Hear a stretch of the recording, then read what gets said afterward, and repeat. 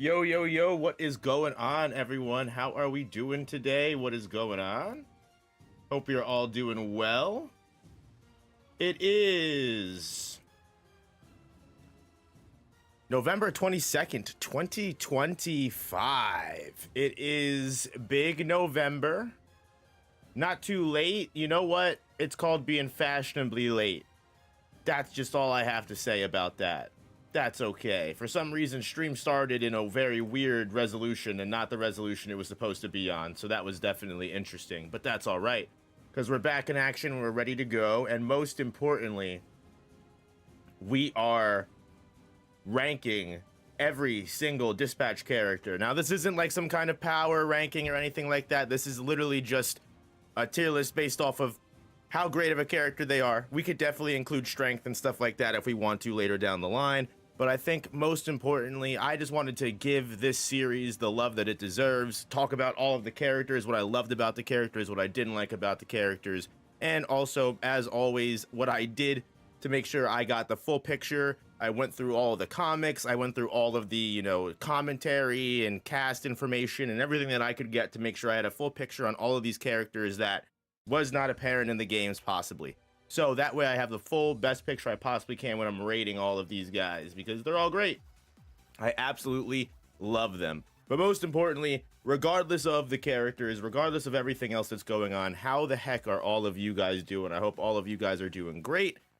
As always, if you haven't already, please make sure you hit the like button. And of course, if you didn't know already, the stream is sponsored by Gamer Sups, the best energy drink and energy supplement known to man.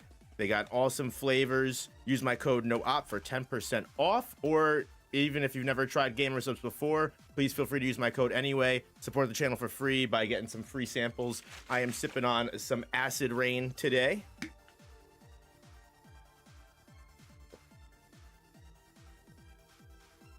And that's just how it goes.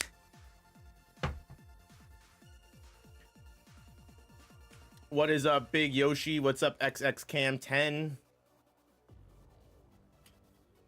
If you haven't already, please definitely feel free to check out. We got some dispatch content on the way because, as always, whenever I am obsessed with something, you got to make content on it. So I did make an Invisigal video earlier today. If you'd be interested in hearing my opinion on why I think she is the incorrect relationship choice. I know I'm unfortunately, I didn't realize I was poking as many bears as I did. People feel very strongly about their shipping choices in dispatch. I didn't realize what I was walking into. I was walking into the fire. No, this will not be this won't be scaled. What's up, Tyler? How you doing? What's up, brother? No, it won't be direct scaling. We'll talk a little bit about their powers. We'll talk a little bit about scaling, but I actually do have a video that I'll be going into detail about all the lore and everything of the characters that'll be coming out soon. So this is just more of a casual hang back, chat, and talk about the characters. I don't really know too much about fucking these guys that were like part of the startup tutorial dispatch, so I'm not going to talk about them. I don't care about the villain. And while I will talk about Shroud, I'm not going to talk about fucking toxic penis over here. Absolutely no point whatsoever. We'll just absolutely skip them. So I couldn't find a tier list without him. I don't know why, but it is what it is. Robert, Blazy, and Vizzy all S tier.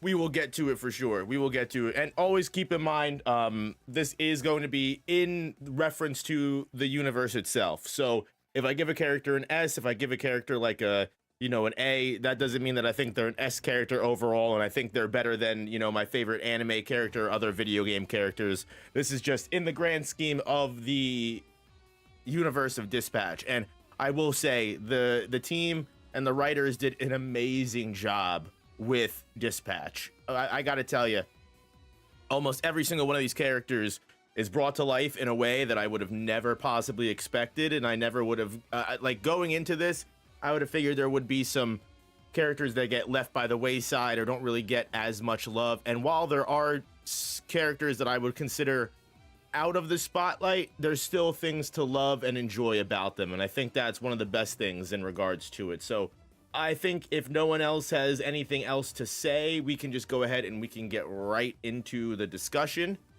thank you as always for being here. Appreciate every single one of you guys. And if you didn't know, you can also check out my full Dispatch playthrough if you are interested on the live channel where I post most of the gameplay stuff that we do.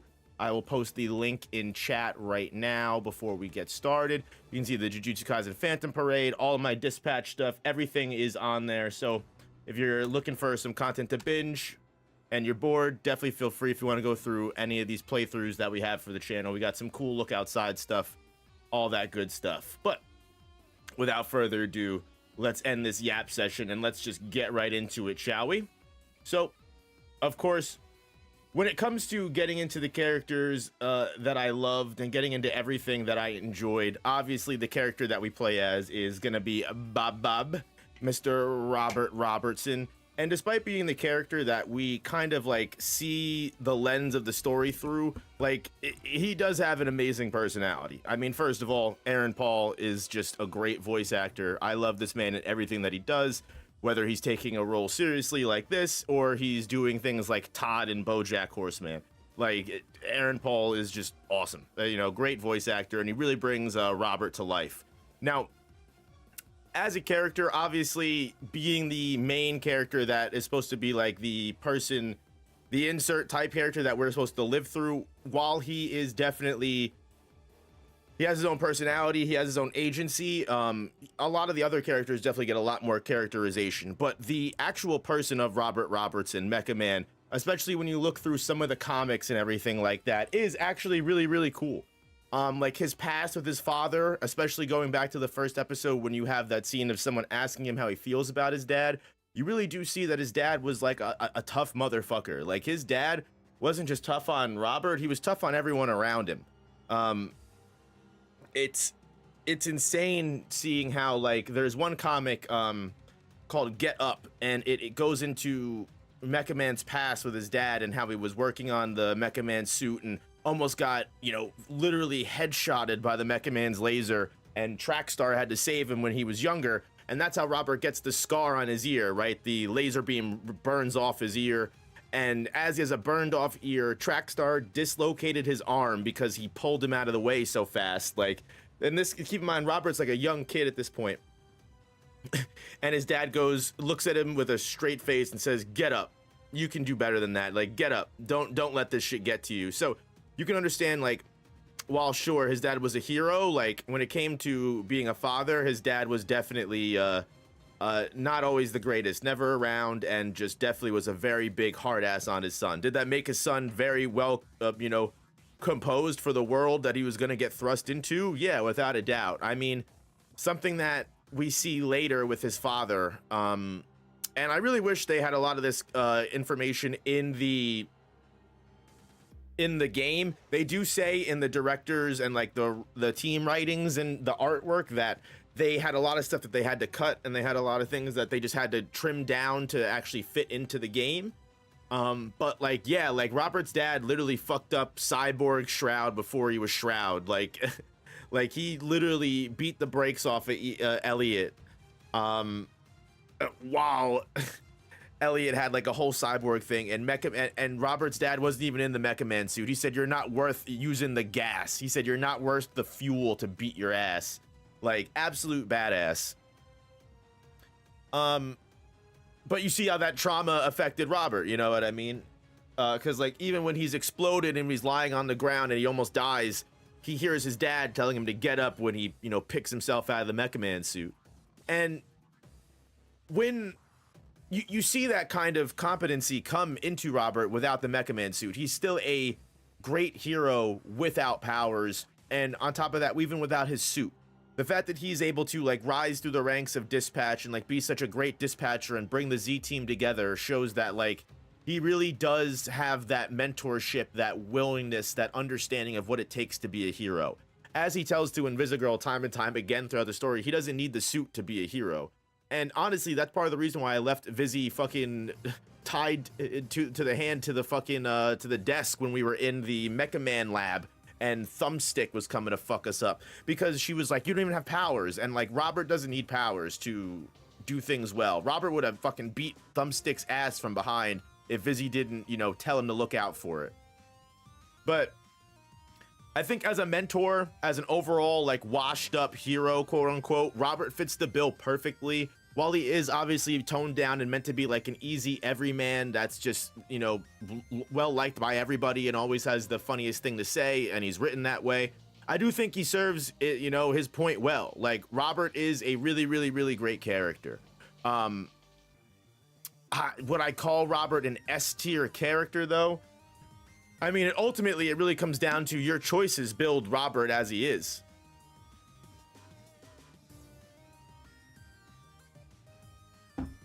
I like that Shroud completely lied about how Robert died. He only shot him once and then he ran like a bitch.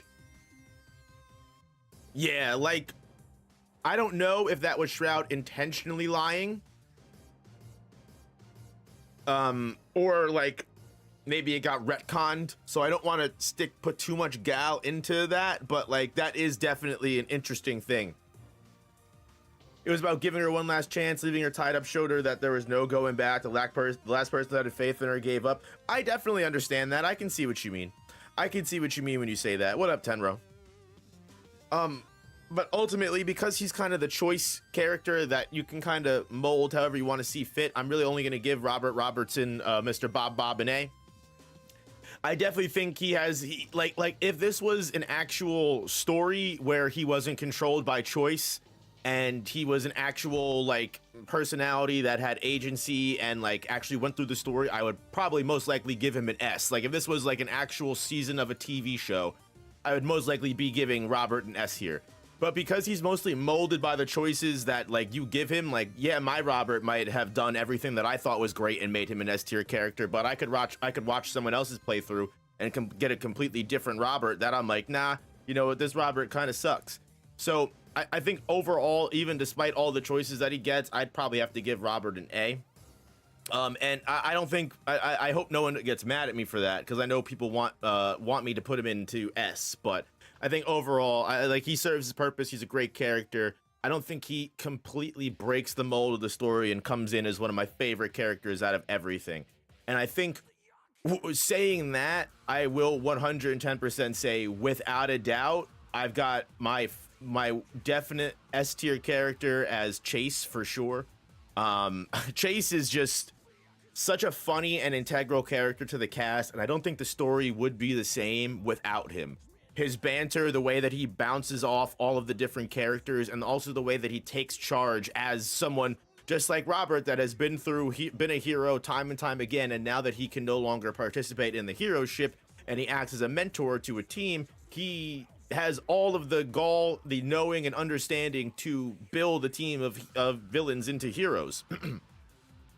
And you see that's also what he learned and what he gained in his experience, not just in the Brave Brigade, but from Robert's dad. Trackstar, as the youngest member of the Brave Brigade, was not only the person that Robert's dad trusted the most to, you know, babysit, you know, little Robert and, you know, talk to and be open with the most, but Trackstar was also just such a great older brother figure to Robert, going back into that flashback scene. And not for nothing, knowing that flashback scene had cut content and it was supposed to be way longer is sad, because that was one of my favorite moments of the series, getting back into the past and being able to see these characters come to life in a whole nother way. And even though they had to cut out a lot from it, one thing that they did say was it was great that they were able to map out a larger backstory, even if they weren't able to use it, because it helped the characters come to life and have their relationship feel so much more natural, because they had that much more of an idea of how they flowed together. And yeah, I mean, obviously Chase as the one character that has like the death scare, the death flag, definitely that's going to give me a little bit of bias towards his character, because it made me feel something for his character a little bit more. But the very fact that I felt something for his character, as opposed to if someone else had died, like,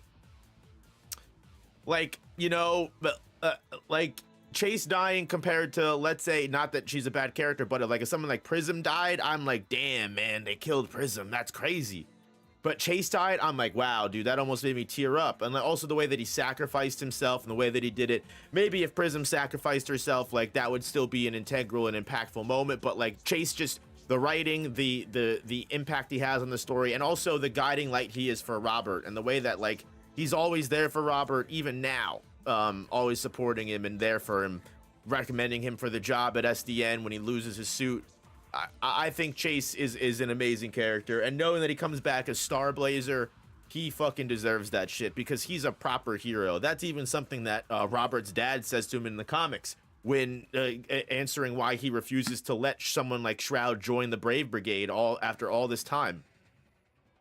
Which is, when he met Trackstar, he knew from the day he met him, he had all the makings of a hero. Yet when it comes to Shroud, he's always second guessing. He's always thinking. He's always unclear. He's always unsure. So Chase has all the makings of a hero, and the fact that that he would save Vizzy in a time like that, even after being an asshole, getting drunk, and talking down to her. Great overall, complicated and layered character. I think he's one of the best in the game, without a doubt. Hey, thank you so much. Thank you so much for the gifted. Appreciate that. Thank you so much for the support. Thank you so much. That's a gifted member to Lucky Ninja, baby. Everyone likes on the video for Lucky Ninja getting a member. I don't even know if Lucky Ninja's in chat. He might not be. He literally might not be, but that's okay. It goes to the people that need it most, honestly. The YouTube algorithm just knows it sometimes. Just knows it sometimes. Anyway, up next, we've got my man Flambe. And man, you know what? I've got to say, as a character that I didn't really think I would like as much as I ended up liking, Flambe is a character that grew on me so much over time.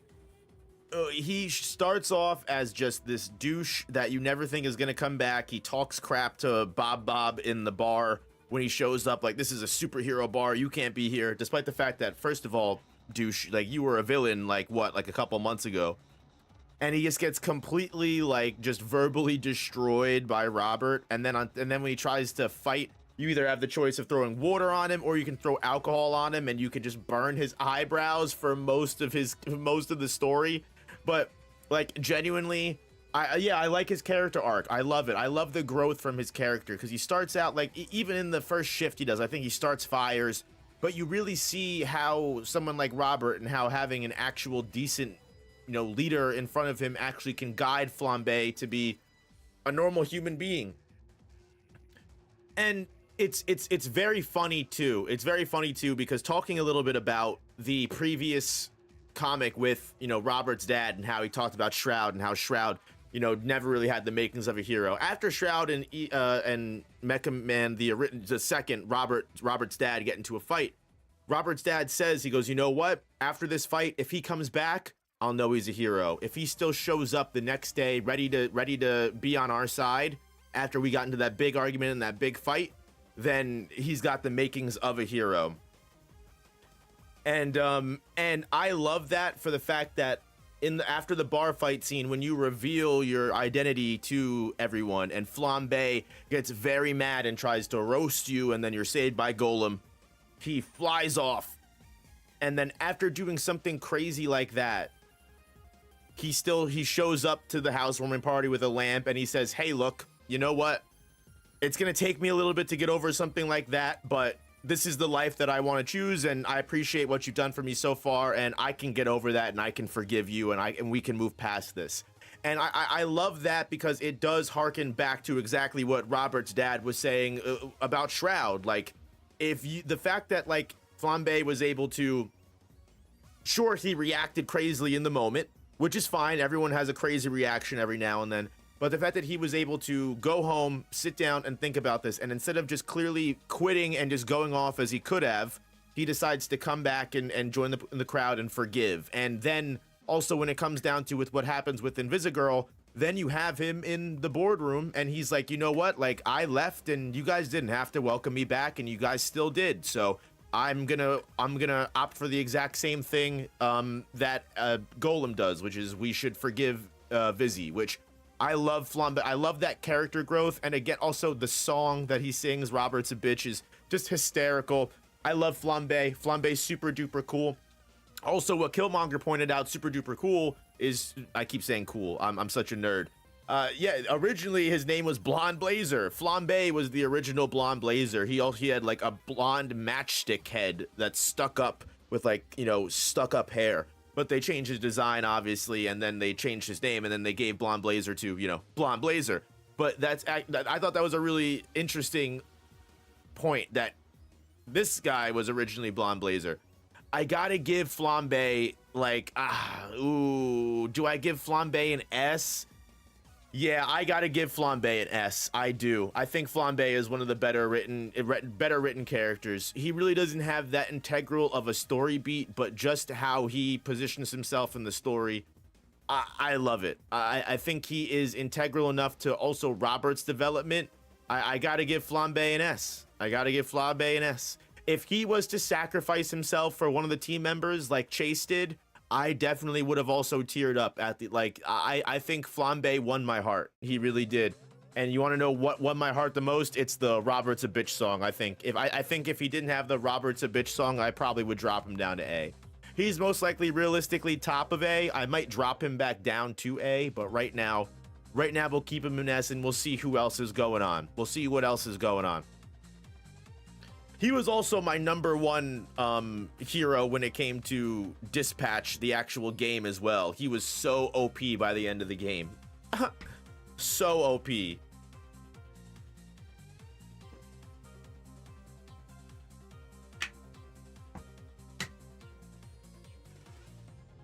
So, next up is Malevola. And I gotta say, I love Malevola. I think her design is awesome. I think everything she brings to the team is great.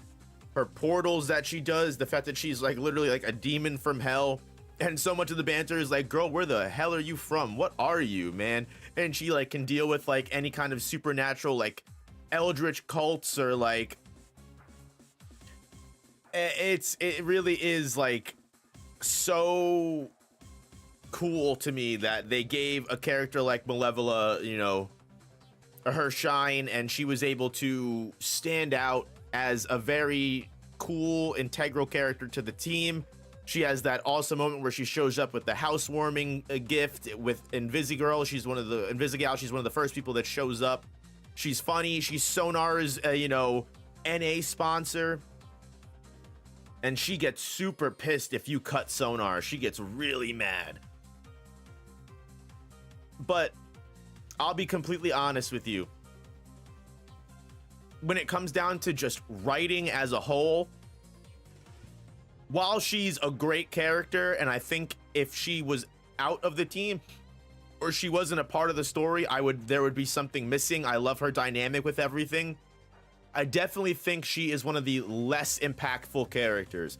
Don't take this as me being like, I hate Malevola. I love Malevola. Like I said, she's important. But I just, yeah, out of all of the other characters that actually have really good writing and really good integration into the story, she's just, you know, she is a certified side character, which isn't a bad thing. All stories need side characters, but I think it's very apparent what the kind of extra writing that goes into someone like Flambe, and you see his development and how he changes over the course of the story, as opposed to Malevola, who is kind of just the same person all throughout. And again, that's not a problem. Malevola is a great person with who she is. But even in like the comic that she has with Sonar, like she's just like, yeah, you know what? I just wanted to give up crime. Let's be normal people and be heroes, but let's have one last bender. And they just go crazy. And she's just a cool girl. She's just a cool chick. She's down bad for her friends. You know, she's very loyal. The fact that she ends up like having a really cool synergy with Waterboy if you end up cutting Sonar, I think is really, really funny and cool. So yeah, big fan. Big fan of Malevola, but only a B tier when it comes to writing. Now, Sonar.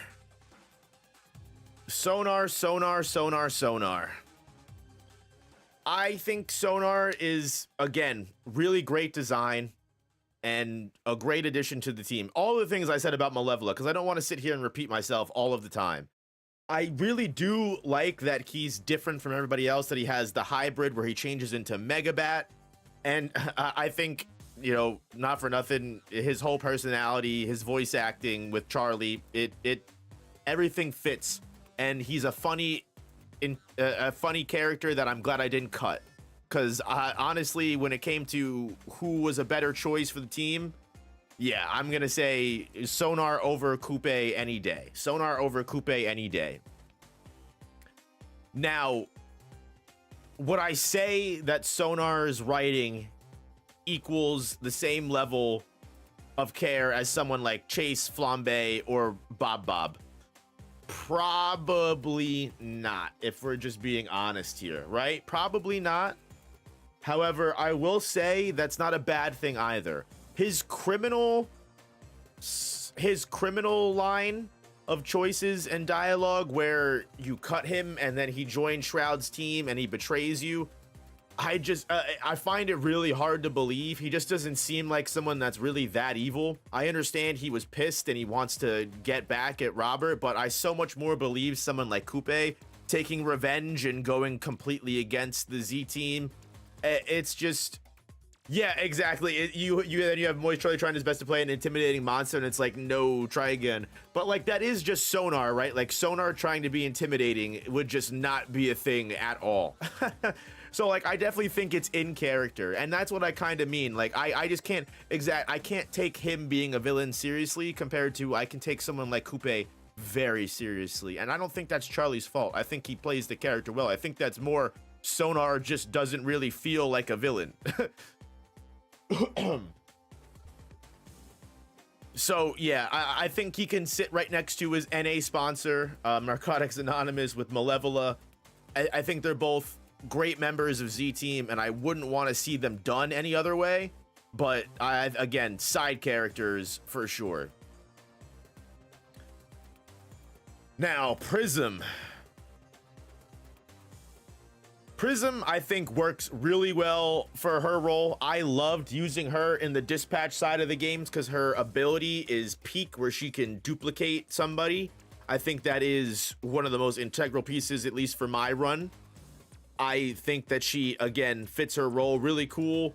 She's got a really great personality. She's funny. She doesn't back down at all. She's very much willing to throw hands with anybody, even if she doesn't realize why she's throwing hands. The fact that she goes to throw hands with Malevola because Malevola's like, oh yeah, you didn't even have a dad. She's like, what the fuck do you mean by that? She's like, oh, you told me. She's like, oh yeah, I guess I did.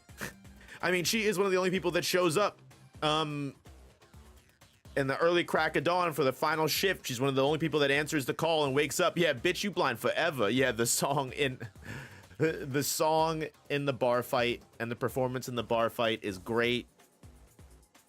I love Prism. I've talked myself into giving her a B. I just think, again, I think along with Sonar and Malevola, she's just a side character. She's a great side character, but she really isn't that overall. She doesn't get that much writing compared to a lot of the characters in the story.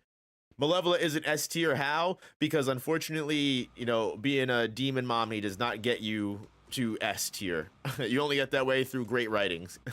And again, not to say that she's not a great written character. She fits her bill well. I think all the characters in Dispatch are great characters, and when it comes to writing, I think they all are fucking amazing. The team did such a great job. Yeah, gooning is not calculated.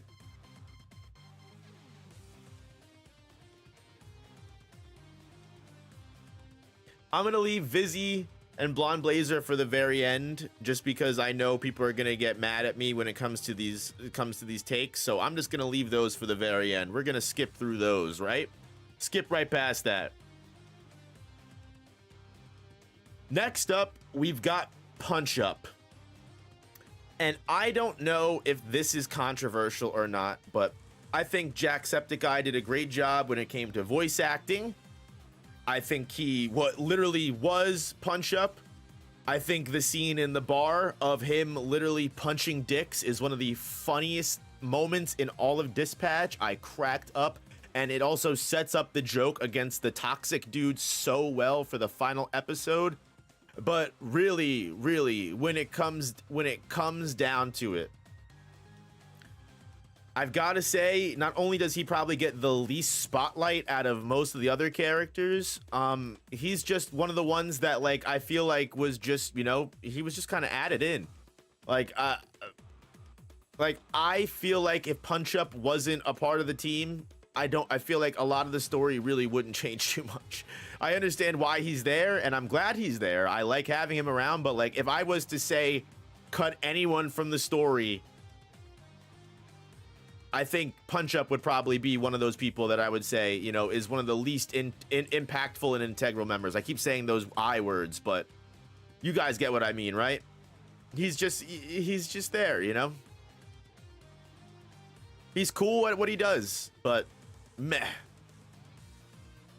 And you know what? To be completely honest with you, I would say the exact same about Coop if she didn't have the villain arc. Because Coop, if you watched my playthrough of Dispatch, is no surprise, I could give less of a crap about Coop. She's, in my opinion, she's one of my least favorite characters when it comes to personality, when it comes to overall, like, flow and just vibe with the team. Am I glad that she is a part of the game? Yes, I think cutting her and having her be the villain that betrays you makes so much sense, and she is so much more of a scary villain that you would not want to have going up against you than someone like Sonar is. Just not goofy, actually menacing. Her powers are ridiculous, super strong, and honestly, she was nerfed for the final battle because realistically, with Umbra Kinesis, she could do so fucking much. She's an assassin with an almost perfect kill rate. The only person that she essentially didn't kill was Punch Up, and that's because they ended up just getting horny for one another and banging, which is literally canon. Fucking ridiculous. That's how they met. I read that comic and I said, oh, okay. Well, all right then. Coupe was kind of kicking Blazer's ass. If this was a power scaling list, Coop would be very high up there. She would be super high up there. But overall, I think as a character, it's funnily enough, because she is paired with Punch Up. I think, like I said, I would really rate Coop in C if she didn't have the villain route, because I think the villain route is best suited for her character, and that's where I think she worked the best, personally. She works the best as the traitor character. I will say, funnily enough, bringing Coop up, now that we have, now that I have all that knowledge of the comics and that Coop and Punch Up were basically a hookup, it's so interesting to me that when you cut Coupe, Punch Up has his prank and then he kind of just, you know, moves on and gets over it. Whereas, like, if you cut Sonar, Malevola is so pissed at you, it's, like, insane how mad she gets. She cannot forgive you. So it shows, like, how much Malevola was, you know, attached to Sonar in, like, a platonic friendship way and how they're best fucking friends. And then you have, you know, Coupe and Punch Up who found each other attractive and were friends with benefits, and then Punch Up is like kind of like, yeah, it stinks that she's gone, but you know, I'm gonna just stay and keep doing my job. It's funny to me. Now, following up with that, I think funnily enough, probably who's gonna end up being another C tier member for me of the Z team is gonna be Golem.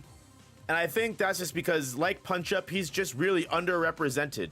He doesn't really have too many important character moments. I think it's great that he protects Robert from Flambe's attack during the bar fight. And Golem is literally just chilling most of the time. You know, he's very quiet. He does what he's needed to do. And I don't think that's a bad thing. I would never say any of these characters are bad characters, but when comparing them and putting them on a tier, if I had to say the two characters who got the least time to shine and I just had the least time to care about, it's gotta be Punch Up or Golem. Gotta be Punch Up or Golem for sure. I mean, Golem didn't even get, you know, a side story comic. Neither did Prism, really, you know, which is sad to me. But maybe they'll get ones later. I can only hope. But yeah, there wasn't really much to latch onto, and I mean, not that the comic really changed much. Even the comics didn't really give me much extra characterization or care for Coupe and Punch Up, but still.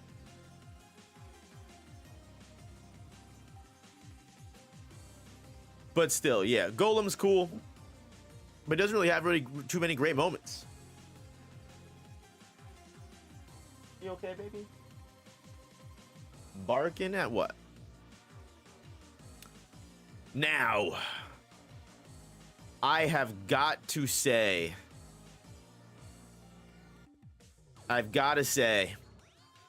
Waterboy is an S tier for me.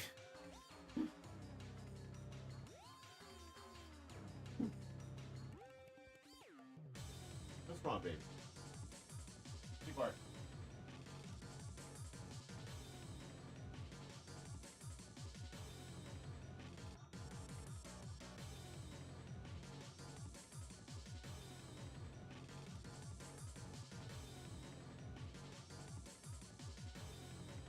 Everything's okay.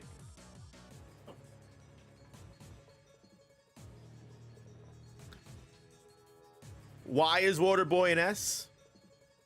Because just like Flambe, the development that we get from the beginning of the series where we first meet Waterboy to the end of season 1 of Dispatch is just impeccable. And you really feel that and appreciate it, and you love the earning, satisfying payoff at the end of it. Seeing Waterboy, not just, first of all, so I chose to bring Waterboy onto the team for my playthrough. I know there's some people that chose to bring Phenomen Man on there, and I love Phenomen Man, and he's definitely going to be up next, and we're going to talk about Phenomen Man. But why I feel like Waterboy... Baby, it's okay. It's okay, baby. Everything's all right.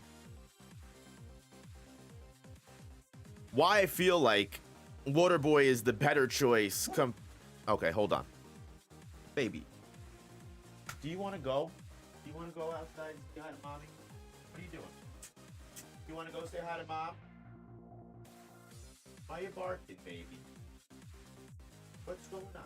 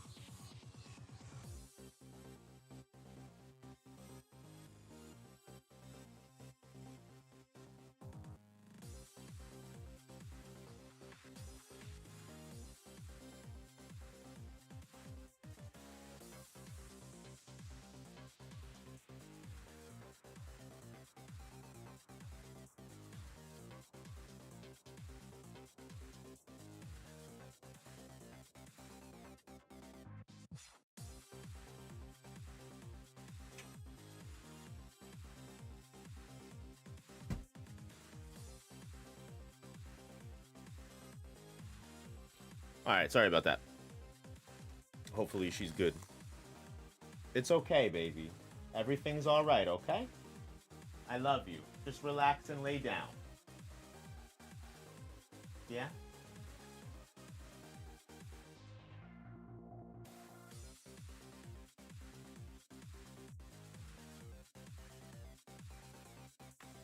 Okay. So, like I said, with the development of Waterboy, the moment we meet him, he is literally just a fan of Phenomen Man, a fan of Mecha Man, and he is just so nervous, anxious, and even though this is his first day getting an interview at SDN, he basically only qualifies to be a janitor that is just able to spit water out. And while we don't get a lot of dialogue in the comic of Waterboy, I do genuinely appreciate it because it shows you a little bit of what he goes home to. Waterboy lives with his grandma. He's the only one that takes care of his grandma. and his grandma is pretty much the only one that accepts him because he's just water boy. He gets water everywhere. It's a terrible power. He just sweats, gets water everywhere, upchucks water. It's gross. It's disgusting. No one wants to be around this guy. Yet, at the same time, you see someone that's down on their luck and has, never really had someone look out for them and never really had someone guide them and put them in the right path. Sure, Waterboy's got his mom, but at the same time, his grandma, I'm sorry, Waterboy's got his grandma, but at the same time, she can't really be there for him. She's just an old elderly woman that he has to take care of. So Robert being the first person to tell him that, he has the courage and the making of a hero, and he just needs to apply himself and believe in himself.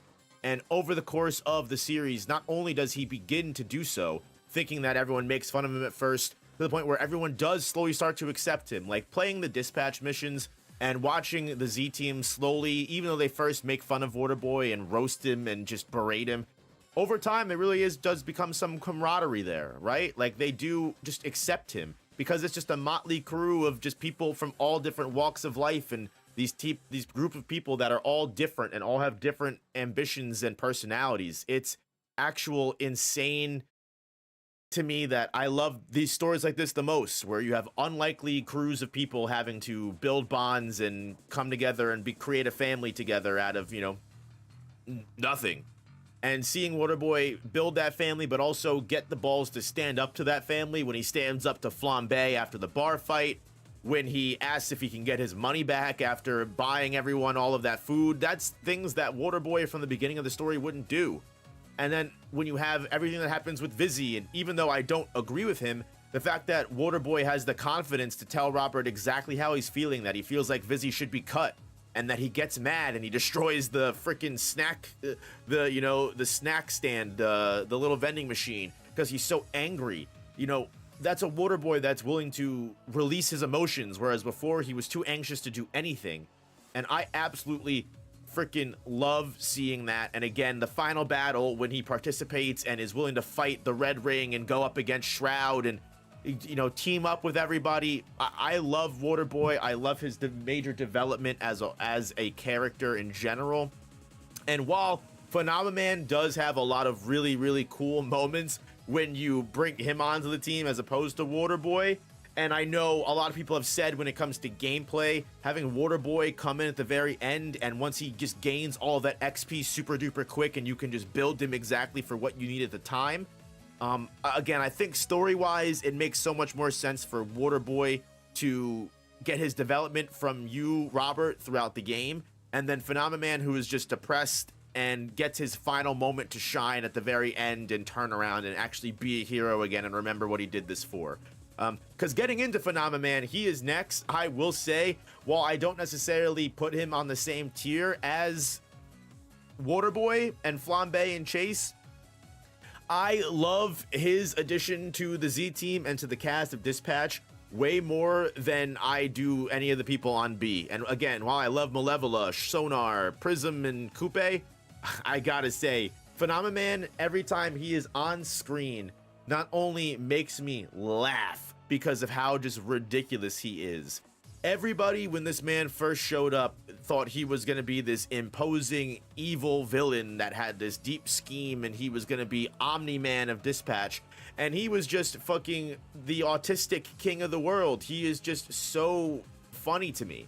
I love Phenomen Man. Every scene that I've seen of him makes me laugh. The magic, when he's in the boardroom and he's like, "Oh, I'm only here because I thought we'd play Magic the Gathering, and I'm hoping we still may." Like, and the way he talks to Robert when he gets his, pep talk and he gets the therapy session from Robert, and how much Blonde Blazer's breakup really ruins him, but also at the same time gives him a way to change and grow. It's quite literally, it gives him the opening to his eyes to realize he needs to put more of his life in stock of not just the person he's with, but into being a hero and into finding other things that he enjoys.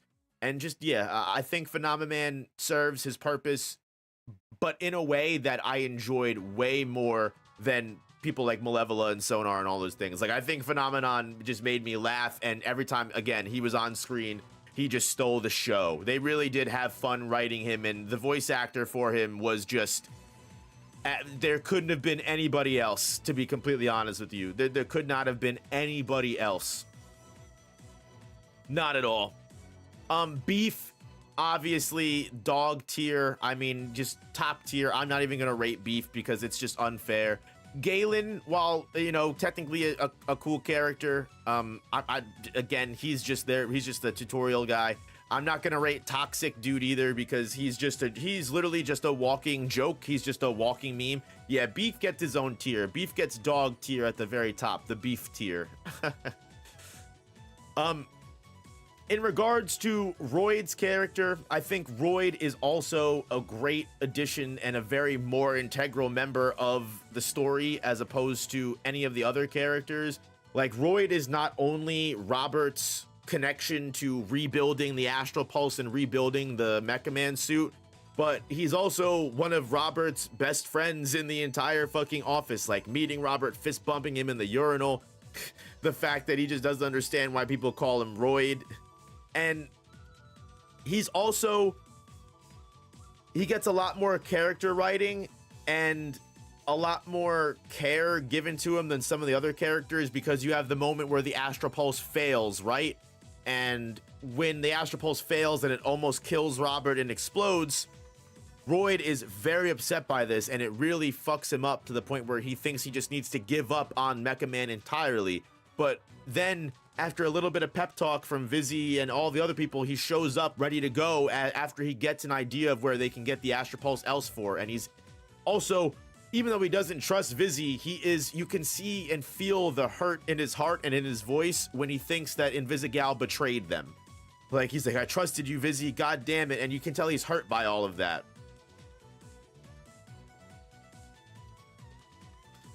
So yeah, I think Roid, I really appreciate his character. I think he's a great sidekick to Mecha Man, and I think he's a little bit more integral to the cast than some of these other characters. And also, him participating in the final battle was sick, even though he doesn't have any powers either.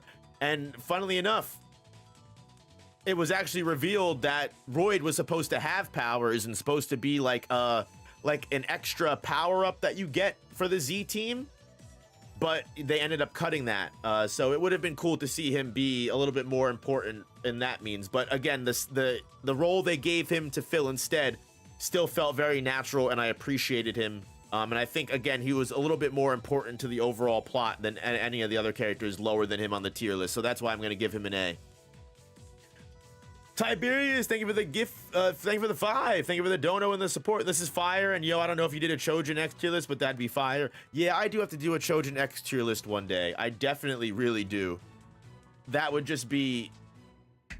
That would be so long of it. That'd be so long of a stream. I'd probably have so much to say, but no, I got to do more Trojan X content, and I do have Trojan X content on the way. I've got a video getting edited right now, so look out for it.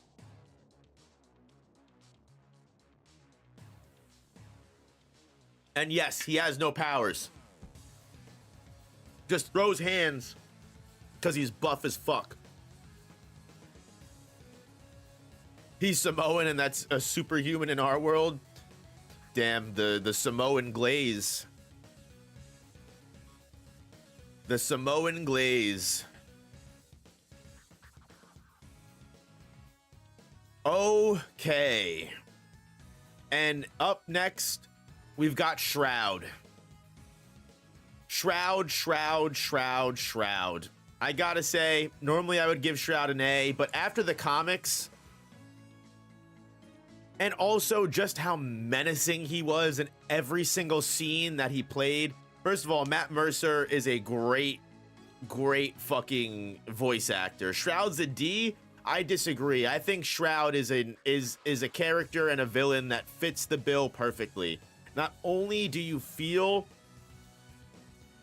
the menace and the aura come off of him in every scene that he's in, you feel that tension when he's even in the bar scene and he's talking to Robert and they're going back and forth watching the Blonde Blazer TV show.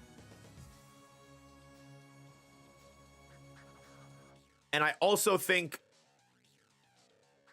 the comics give him so much more characterization as someone that wanted to be a part of the Brave Brigade, but just was always made to be a villain, right? He, as Robert's dad said, he did not have the makings of being a hero.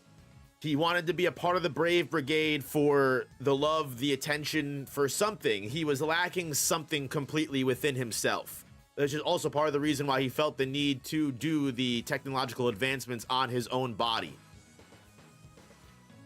And after helping Robert's dad build the Astral Pulse, and even Trackstar was more than willing to accept Shroud and Elliot onto the Brave Brigade, Robert's dad refused. And that final refusal caused Eli to obviously want to fight and get mad and want to challenge Mecha Man for everything that he was, because you can tell through the comics that by the technological brain enhancement, by the cyborg suit he wears when he wants to fight Mecha Man the first time, by even how he shows up and where he now wants to predict the future in the chip that he has where he's able to predict everything. He is a very insecure and weak person that wants to be a part of something, but he's not able to be a part of the Brave Brigade because Robert's dad can see the evil inside of him. And when they get into that fight, and Robert's dad beats the brakes off of him, he tells Trackstar, like I said earlier, he says, "Hey, if Elliot comes back ready to be a hero after getting his ass beat and humbled like that, then he's a real hero. If he doesn't, then he's a villain." And what happens? Shroud comes back to kill Robert's dad. And again, I think Shroud not only is the perfect villain for season 1, the person that killed Robert's dad and Robert wants revenge on, but again, every single scene that he's in, you feel the scariness, you feel the horror, and you feel like he really is in control of everything. Even when Blonde Blazer shows up, not only does he respect her and leave, but he also says, "Hey, just so you know, I probably had better odds to win this, but I'm just gonna respect you." And the way that he hits the whole city when everyone's on their most exhausted moment. I saw a slander video for Shroud, and one of the parts is, "Give me freedom, give me fire, give me sneak attacks and group on one fights or I retire." Listen, say what you will, but Shroud is a real villain. This is like a superhero story that where Shroud doesn't have powers. He has everything and all the augmentations and everything he needs to do to be able to be and take on 6 members of the Z team, if not more of that. He fights even more of them. I'm sorry, he takes on so many superheroes at once, right? Like, whether you want to say, sure, Shroud's in an iron suit and he's doing all that, so is Robert. And yeah, I don't know, man. I think Shroud, as a villain and in the world that he's in, I think he's a perfect representation of what a real, actual, threatening and menacing villain in the Dispatch world would look like. And I think that's why I would put him in S, because I loved his inclusion. Actually, yeah, S is too much. Top of A. He gets next to Robert. He gets next to Robert. S is too much. S is too much. You can go down to A. Seeing him next to Flambe, Waterboy, and Chase, I'm like, nah, you didn't move me like that. But you definitely moved me more than other characters did. You deserve your A spot for sure. He also made the city on your playthrough at episode 8 on life support. That he did. He fucked my ass. I was so close to losing the city, and yet I still didn't get Blonde Blazer to help me.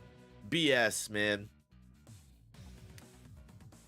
Okay, so we have come to the most controversial moment in the entire stream, which is, of course, going to be the Blonde Blazer and Invisigal rankings. Let me finish my gamer subs before we get into this moment here.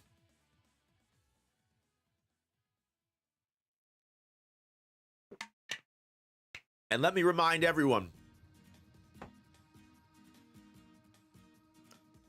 you can also support the channel by using gamersubs.gg/noop, the link in the pinned message.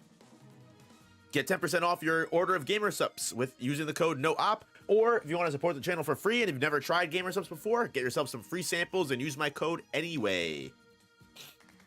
I love Gamer Subs. I'm drinking some Acid Rain. That's just what I just finished. And I'm glad they sponsored because I drink their stuff anyway. Okay. When it comes down to characters, you've got Blonde Blazer and Invisigal. Two really, really great characters in their own right.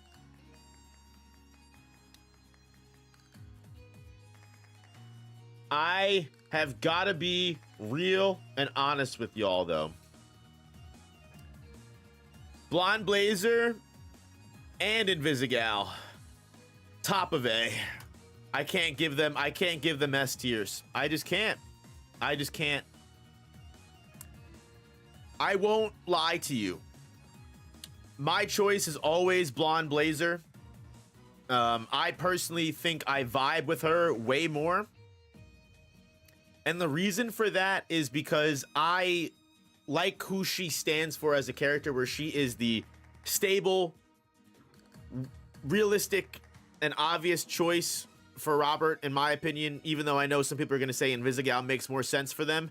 I think Blonde Blazer is very mature. The fact that she breaks up with Phenomen Man because she's not sure of what she wants in the world when it comes to a relationship, or at the very least, Phenomen Man can't give her what she wants.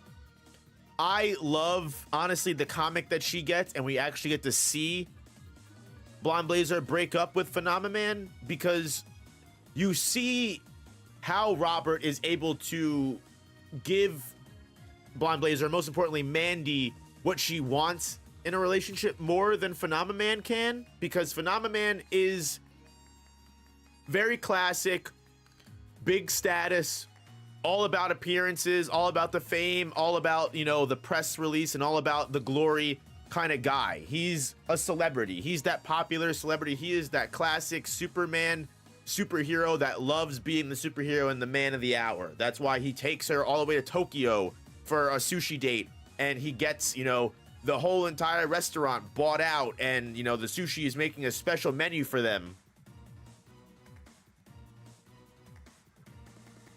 So, and you see that Blonde Blazer, what she wants is, she wants something normal. She enjoys being a superhero, yes, but at the same time, she just wants a normal life. She wants to be able to buy a normal house and, you know, curl up on the couch with her significant other and just watch like a dumb reality show and just not be who you are at work all of the time. And Phenomen Man, when she says that she just wants to be Mandy, Phenomen Man says, well, Mandy's great, but, you know, Blonde Blazer is my girl. And in that moment, she goes, you know what? You're right. You made the decision easy enough for me. And she breaks up with him. And again, you can play Robert differently, but it makes sense when you date Blonde Blazer and she reveals herself to you, and Robert not only accepts Mandy for who she is, but when she asks you for the second date, you say, I'd love to have another date with Mandy, right? Like, again, you can say, I'd love to have a date with both. I'd love to have a date with Blonde Blazer. But again, seeing that comic scene, you know what she wants is to be Mandy. So it makes sense. And I said this in my Invisigal video, where even though this happens no matter what, I truly and wholeheartedly believe you dating Invisigal, giving her the courage to not only just be herself and be Mandy, but know that you would accept her as Mandy regardless. Watching Robert be a hero without his powers gives Blonde Blazer the courage to give up her amulet and give, you know, I'd give up the amulet and give it to Chase to be Star Blazer in the end. Not because obviously that's what Shroud wouldn't predict, but also because, again, she was able to find that confidence and courage from Robert. Again, that happens no matter what you do in the story, but I think character-wise, that's what makes the most sense in my opinion. And now, when it comes to Invisigal, despite what a lot of people will tell you based off of my video that I just released on this channel about how Invisigal is the wrong romance option, I love Invisigal as a character, and again, just like everybody else, I think she serves her purpose great as that villain that is so twisted up mentally inside of where she stands in the world. She has all of the makings of a hero, but she doesn't feel like she deserves being a hero. She is a very realistic interpretation of someone that has had villainy and crime in their lives so much that it seems so normal and casual to them that try as they may to do good, they don't know anything else but to be bad.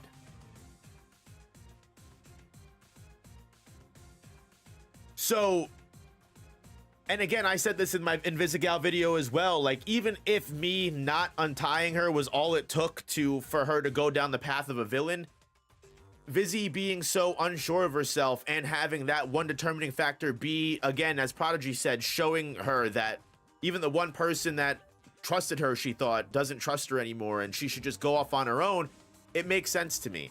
I think Invisigal is the very classic archetype of a young person that didn't have any guidance in their life. Exactly what Robert said.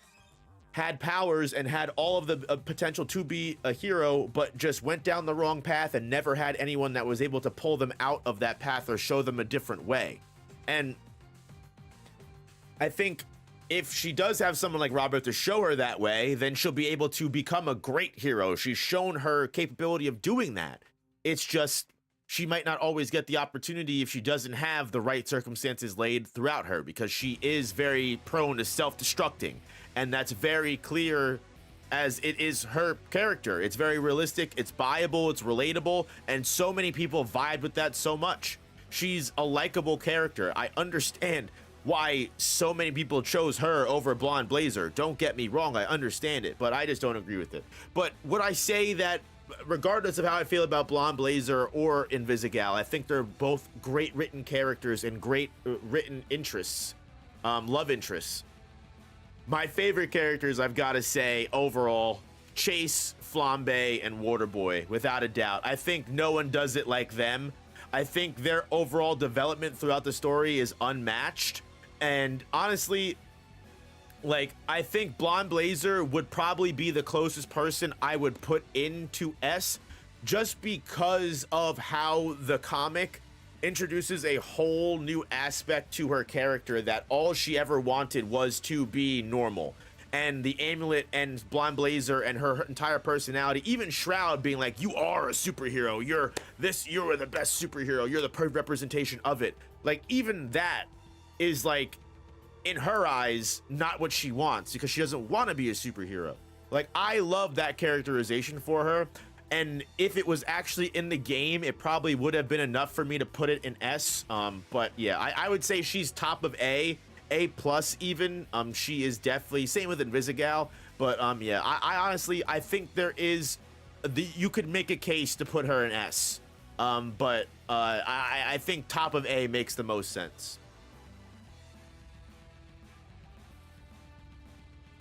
My only gripe with Flambe is that he doesn't get a reaction if you don't tell him you're Mecha Man, and it's revealed in episode 8 outside that. Well done. Yeah, I think there's definitely, just the way that this choice system works, there's definitely a proper way you're supposed to play the story. Obviously, no, people aren't going to like me saying that. People are already mad at me saying that in the one Invisigal video, but like, clearly, like, the story is, like, designed, like, Flambe gets better development if you do that. Right? That's just truth, case in point. Same with the Blonde Blazer thing that I said earlier, where I think it's a better development aspect if you date Blonde Blazer, because quite literally, I think it makes more sense for Blonde Blazer to have the courage to give up her amulet and give up being a hero if she has Robert not only accept her for Mandy, but be there to show her you can be a hero without your powers. Again, you could argue she could see that from Robert without dating him, but either way, like I said, I think there is definitely ways that you can do the story that make every character's development make way more sense, right? I think that's very true. But again, I think the comics are very cool to have an added characterization for all of the characters. I also think going through the artworks and seeing the commentary that's placed throughout all of the different artworks is also big time, because again, it gives you all of the ideas that they had that were unfortunately scrapped. But it shows how much characterization went into all of these characters and how much helped. And yeah, I like I said, I'm not gonna rate any of these guys. These guys are kind of pointless. But so this is my definitive Dispatch character tier list. I'm sure some people are gonna think that like certain characters deserve to be an S. Like I've seen some people say Vizzy should be an S. You know, Blonde Blazer should be an S. I think Blonde Blazer has a really good argument to be put in S. She's probably the closest character to it. But Vizzy, just again, Vizzy didn't do it for me. I definitely choose Blonde Blazer over Vizzy, but I still love Vizzy's character, and I think, you know, her dynamic with Robert is integral to the whole story of Dispatch. Do I think your last two messages are true? On what I heard, Saitama would get along with punch-ups and strength at a cost. Maybe. I think One Punch Man would get along with Waterboy the most. My guy Herman, Ocean Man. You know, Ocean Man, my boy. But yeah, this is my definitive tier list, and I think the fact that like the lowest I can rate characters is Punch Up and Golem at C, and that's because I like them, but they really didn't do much in the story. They were kind of the most side characters completely. Take me by the hand. Fuck, you got that Office song stuck in my head. Is that what you were trying to do? Oh, you god damn it. Now I have the dinner party song from The Office stuck in my head. He said no. Well, you did it to me. You did it to me now. It's not your fault. You didn't know what you were doing. But does anyone have any comments, questions, concerns? This was kind of a short stream. I had a feeling this would be a little short. Ocean Man, take me by the hand, lead me through the... that song is great too. I know what you're talking about now. As I said earlier, now that I have all the comics and all of like the inside information, I'm probably gonna do a more in-depth video where like instead of listening to me yap, you guys will be able to actually get a full in-depth, you know, analysis on all of the lore and everything like that for all of the characters. I definitely want to go ahead and get into that without a doubt. And I'll probably end up writing that and it will be out in the next day or so because it shouldn't take me too long.